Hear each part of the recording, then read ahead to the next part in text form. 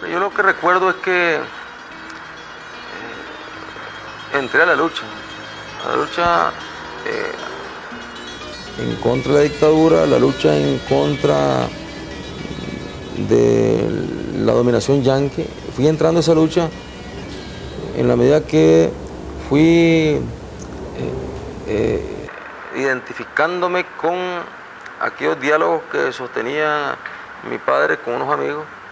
Y empezaba a descubrir yo cuando era niño, iba descubriendo que mi padre había sido un luchador cuando la intervención yanqui, que había estado con Sandino, que había estado preso.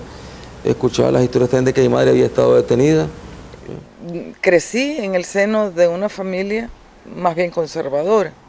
No eran sandinistas, es más, ni siquiera creo simpatizaban, con excepción de mi madre, que era una mujer excepcional, que tenía ideas progresistas, de izquierda, que había leído literatura marxista. Muchas veces Carlos Fonseca, a quien me une una casi familiar relación desde que vivíamos en Matagalpa. Yo era muy pequeña, él era un joven estudiante.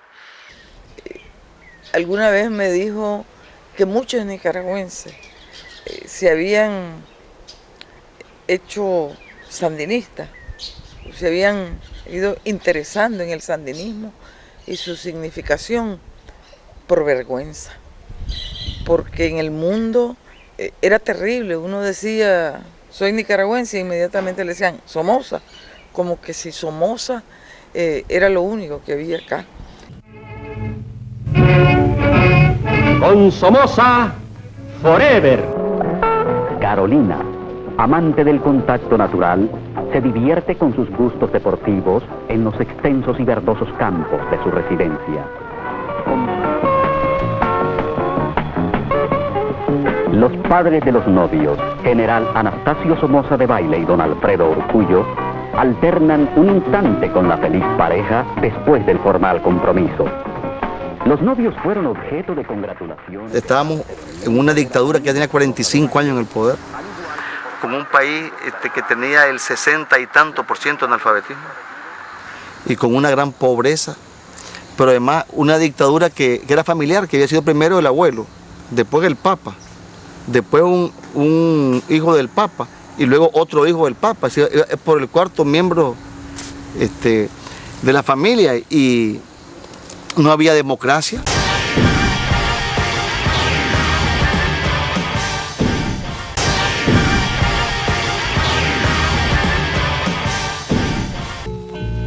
La pobreza en que nosotros vivíamos, o sea, veníamos de una familia muy pobre, de un pueblecito allá en La Libertad, que habíamos tenido que emigrar después a Managua, a un barrio muy pobre, ahí en lo que se conocía como la colonia Somoza. Yo diría que esa fue mi fundamentación filosófica en mi formación, y luego los elementos objetivos, pues la miseria, la pobreza, la represión. Que fue ese régimen. Tal vez eso, esa naturaleza represiva, terrible en el tratamiento que le daba al pueblo en general, pero particularmente a los jóvenes. Uno se pregunta por qué. Obviamente porque los jóvenes éramos en esa época quienes podíamos significar una alternativa distinta a los políticos tradicionales. Somoza era tan represivo, y de eso ya algunos que oigo hablar ahora ellos se han olvidado, que ni siquiera habían partidos políticos distintos del conservador zancudo, es decir, el que pactaba con él y lo sostenía en el poder.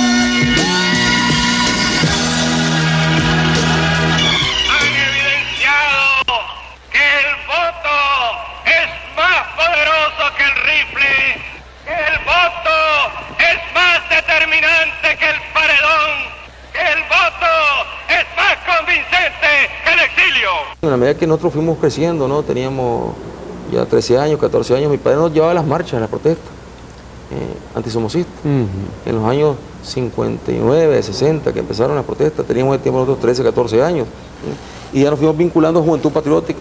Juventud Patriótica Nicaragüense tuvo un impacto muy grande en la juventud nicaragüense. Fue el primer movimiento político de jóvenes, independiente de los partidos políticos, que reivindicó el nombre de Sandino, la bandera roja y negra del sandinismo, que se vinculó y apoyó, fue solidaria con la Revolución Cubana. Esta organización tuvo una duración muy efímera y era lógico porque era muy heterogénea y sí tenía una cohesión política y una posición política, pero no tenía una definición ideológica. Yo tuve mis primeras inquietudes políticas a los 14 años, que empezamos a sentir rechazo hacia la dictadura. Decía Carlos Fonseca que aquí se empezó luchando por vergüenza y después se convirtió en conciencia. Yo ingresé al Frente Sandinista a los 16 años, siendo estudiante de secundaria. Yo ya a esa edad había presenciado la muerte de un conocido mío. La historia es que yo llegué por razones familiares a un lugar donde enfrente de ahí mataron a un muchacho, Julio Oscar Romero López. Aquello me estremeció, pues me golpeó, ¿verdad? Porque era un muchacho renco, ¿no? Y no pudo huir a tiempo y lo mataron. Ingresé de una manera, digamos, nadie me convenció, sino que yo busqué al frente. Yo andaba buscándolo, ¿dónde estaba? Y resulta que hay un aniversario, un 23 de julio de 1963, que yo asisto a una manifestación de aniversario de la masacre estudiantil. Y cuando estamos en el cementerio, se levanta un orador y dice: el Frente de Liberación Nacional, porque así se llamaba. Yo le digo: vení, quiero entrar ahí. Yo, Francisco Moreno Avilés y Jorge Guerrero Gómez, entramos juntos. El que nos ingresó fue, y el orador era Lenín Serna. Me dieron por ingresado, sin mayores requisitos, venir para acá. Y nos mandaron a pintar con unos crayones inmensos que se hacían artesanalmente. Un día tanto, de las pintaderas, cayó preso por...